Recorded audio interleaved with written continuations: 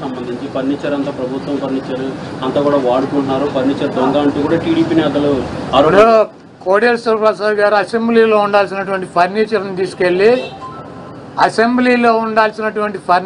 తీసుకెళ్ళి ఎక్కడేసాడు? ఆయన బైక్ షోరూమ్లో వేసుకున్నాడు. అసెంబ్లీలో ఉండాల్సినటువంటి ఫర్నిచర్ బైక్ షోరూమ్లో వేసుకుంటే వాడిని దొంగ అంటారు.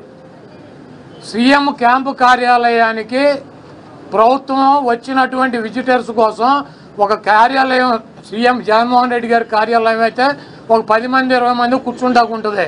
ఒక ముఖ్యమంత్రి కార్యాలయం కాబట్టి అక్కడ అదనపు వసతులు కావాలని చెప్పి ప్రభుత్వం కల్పిస్తుంది. ముష్టి పట్టుకుపోతే పట్టుకుపోండి, లేకపోతే డబ్బు విలువ చెప్తే కడతామని ఫస్ట్ రోజు చెప్పాం. దీని గురించి ఏమైనా రాద్దాం కావాలంటే పట్టుకుపోండి. తొక్కలో ఫర్నిచరు ఎంత, ముష్టి ఫర్నిచర్ ఎంత ఉంటుంది? కావాలంటే పట్టుకురండి. మేము షోరూమ్లో వేసుకున్నాం, తీసుకెళ్ళి మా సాక్షి ఆఫీసులో వేసామా? కాదు, మాకు క్యాంప్ ఆఫీసులో పెట్టినటువంటి ఫర్నిచర్ని తీసుకెళ్ళి సాక్షి ఆఫీసులో వేసుకున్నావా?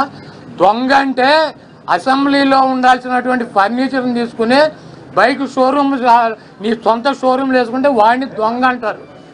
అంతేగాని క్యాంప్ ఆఫీసులో ఇచ్చినటువంటి ఫర్నిచర్ క్యాంప్ ఆఫీసులో ఉంటే దానికి కావాలంటే డబ్బు కడతాం, లేదంటే ఫర్నిచర్ తీసుకుపోమని చెప్పాం. దానికి దొంగ ఇవన్నీ పనికిరాని మాటలు. ఋషికొండ ఫర్నిచరు దాడులు, కొడాల నాని టార్గెట్, జగన్మోహన్ రెడ్డి టార్గెట్, ఇక్కడ పోలీసులు తీసాం. ఇవన్నీ సొల్లు పురాణం. మీ చేతనేం చేసుకోండి, నో ప్రాబ్లం. మీరు సూపర్ 6లో పెట్టినటువంటి వాగ్దానాలనే మీరు ఎప్పుడు అమలు చేస్తున్నారో చెప్పాలి. జగన్మోహన్ రెడ్డి గారు తరఫున మేము అడుగుతున్నాం, వైఎస్ఆర్ కాంగ్రెస్ పార్టీ తరఫున. చంద్రబాబు నాయుడు అమలు చేసే బాధ్యత నాదని చెప్పి పవన్ కళ్యాణ్ గారు కూడా చెప్పాడు.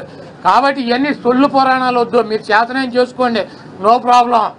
మీరు ఎవరిని చంపేయాలో చంపేయండి, ఎవరిని కొట్టాలని ఉన్నారు కొట్టండి, ఏం చేయాలని ఉన్నారు చేసుకోండి. మీరు సూపర్ 6లో ఇచ్చినటువంటి వాగ్దానాలనే 1వ తారీఖు నుంచి 4000 పెన్షన్తో పాటు అమలు చేస్తున్నారా లేదా దీనికి స్పష్టంగా సమాధానం చెప్పండి. సార్, జగన్ గారి యాత్ర ఎప్పటి నుండి స్టార్ట్ అయ్యే అవకాశం ఉందండి? దాడులకు గురైన వాళ్ళు సుమారుగా అంటే పలానా టైం అని అనుకోలేదు, ముందు మమ్మల్ని వెళ్ళమన్నారు, తర్వాత